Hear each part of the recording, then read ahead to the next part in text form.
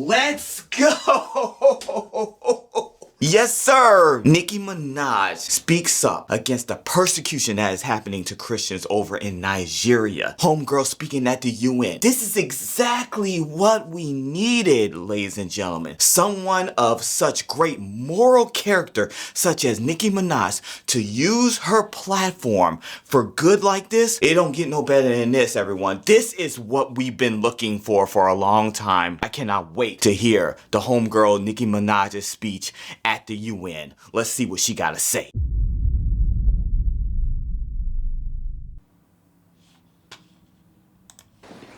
Hello everyone. Thank you, Ambassador Waltz, for this invitation. It is an honor to stand on this stage with you and the other distinguished speakers here today to shine a spotlight on the deadly threat faced by thousands of Christians in Nigeria. I would like to thank President Trump for prioritizing this issue and for his leadership on the global stage in calling for urgent action to defend Christians in Nigeria, to combat extremism, and to bring a stop to violence against those who simply want to exercise their natural right to freedom of religion or belief. I stand here as a proud New Yorker with a deep sense of gratitude that we live in a country where we can freely and safely worship God regardless of one's creed, background, or politics. No group should ever be persecuted for practicing their religion, like I recently stated on social media. And we don't have to share the same beliefs in order for us to respect each other. We're way beyond thinking or expecting or assuming for,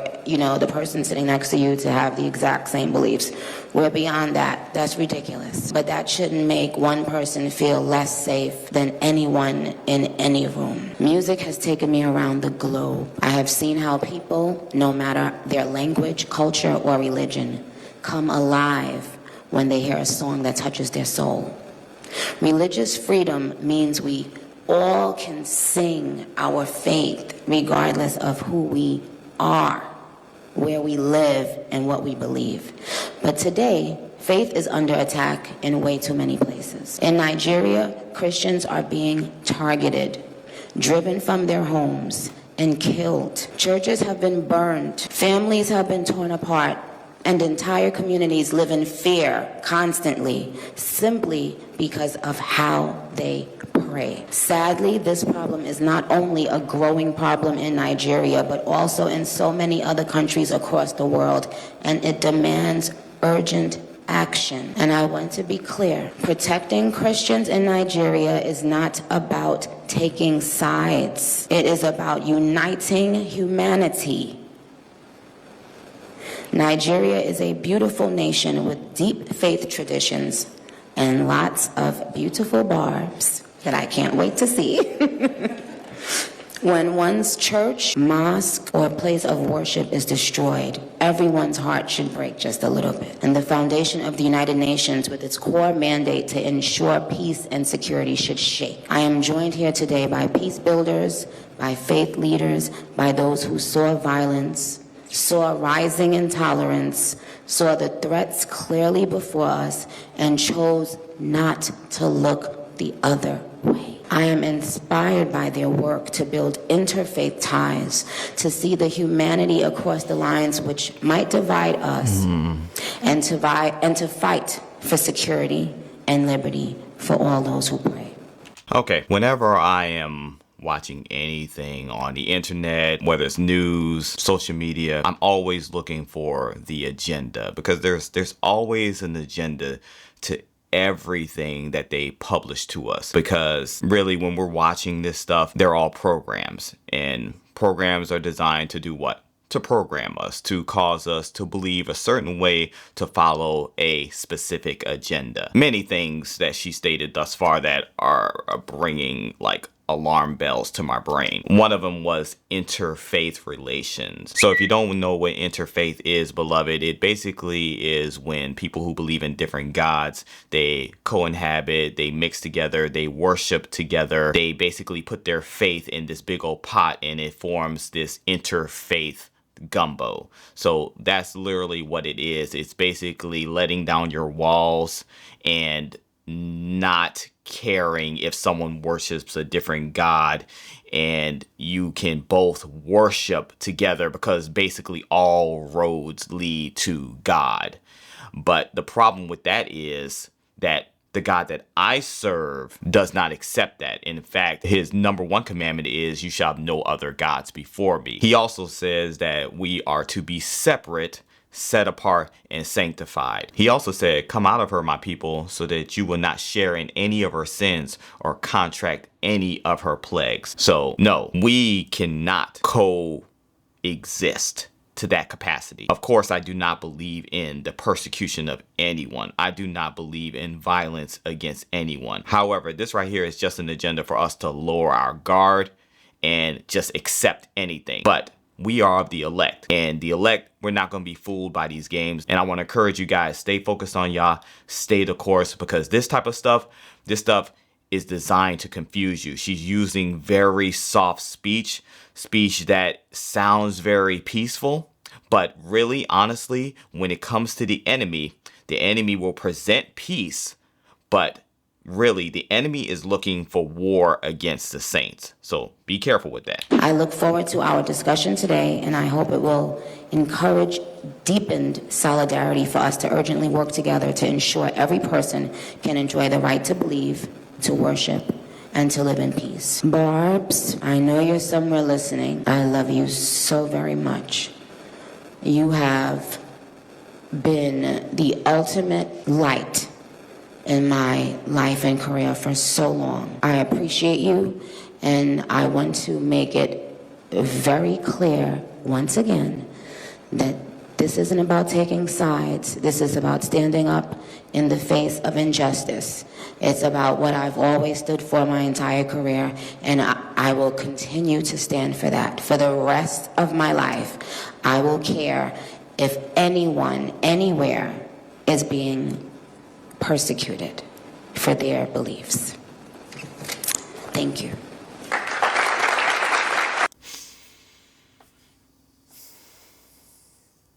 Okay, there's a lot to unpack there.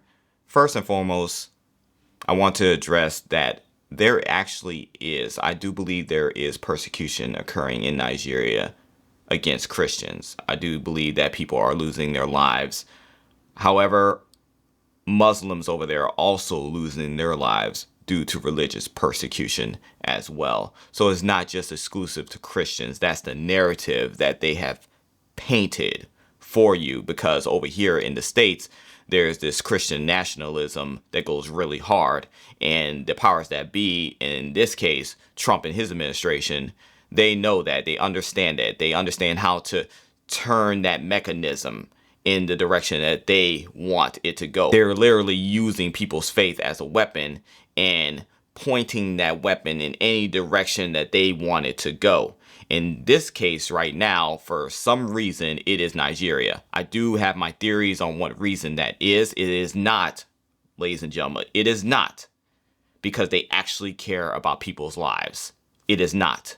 If you think that to be true, please re-examine facts and logic, not feelings and emotions, because they tug on your feelings and emotions throughout all of this. They do not care about people's lives. America historically, as a country, has not cared about people's lives. Not the people of America necessarily, but the governing powers that be. Ask the indigenous people who still live here if America actually care about them and their ancestors. Ask my people if America actually cares about us and our ancestors. They literally extracted us from the continent of Africa, which they are now targeting again. They literally extracted us from there against our will, put us to slave labor, had us build this country, and then have been oppressing us ever since. These are just the facts. Ask Japan if they care about people when they drop those bombs on Japan, just so that they could beat the Russians to win World War II and become the powerhouse that they are today. Ask the continent of Africa if they care about people when they have historically gone over there to extract resources and strip that land and steal from the people and leave them in utter poverty and committed mass amounts of violence upon them in the process. So ask them if they care about people. Speaking of resources, Nigeria is rich in resources, my people. Just as all the countries, or most of the countries in the continent of Africa. Just like they did when they were looking for the weapons of mass destruction, just like they did so many other occasions when they invaded countries and threatened war and acts of violence against countries. It was for ulterior motives. It wasn't because of what they say to you on the media.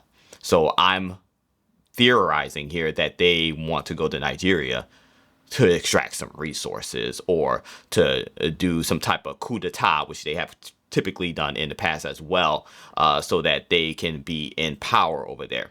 Leave Africa alone, America. That's West Africa. That's the same region you extracted my people from many, many years ago and put them in bondage and slavery. How about we focus on what's going on over here? You can't even protect your own people. America is the most violent country in the world. The most violent crimes happen right here in America, hands down. Don't believe me, fact check me. Check it out. Google is your friend sometimes. Type up on Google and see what comes up. You can't even protect your own citizens, nor do you care about taking care of your own citizens. Poverty levels way up there. So what makes you think that those of us who are the elect are going to believe your foolishness that you actually care about people in a different country? You don't. They do not. Do not believe them. Let's circle back to Nicki Minaj. Nicki Minaj has sold out her people a long time ago. Nicki Minaj is one of the reasons why you fellas out there can't find a good wife. You can't find a Proverbs 31 wife because of artists like Nicki Minaj. You shall know them by their fruits. This is the reality. I'm not picking on Nicki Minaj. I'm not judging her unrighteously. However, her music speaks for itself. It's deplorable. I would never take Nicki Minaj seriously. Nicki Minaj is not a leader, unless you're talking about leading people astray. Also, when you heard her talk about Barbs, in case you don't know about Nicki Minaj, Barbs is the name of her fan base. But it also comes from this alter ego that she has called Harajuku Barbie. So she has this alter ego, but not just one alter ego. She has like 4 or 5 alter egos. Whenever someone has alter egos like that, people think of it as, oh, it's just a game, it's just fun, it's just for play. There's nothing for fun, there's nothing for play. This is real life when we are in the end times, ladies and gentlemen. I don't have time for foolishness, and neither should you. Do not submit to the foolishness. We submit only to the Most High Yah. When you're talking about alter egos, you're talking about being influenced by demonic entities. This young lady has been influenced by demonic entities, has made agreements, shook hands with these things a long time ago. And she is influenced heavily by them. Look at where she was standing. She was standing in the United Nations, had the American flag and the United Nations flag right behind her. She is being governed by whatever powers and principalities actually run the United Nations and the United States. Those are her masters. The Most High Yah is our master. He's the only one that we serve. There will be no coexisting. There will be no intermingling. We have to stand on something, and our firm foundation is standing on the word of Yah, the word of the Most High. That is what we stand on. That is where I stand with this whole thing. I will pray for anyone who is being persecuted unrighteously. And I definitely think there should be actions that are taken for people who are being persecuted unrighteously. But those actions should not come at the hand of hypocrites.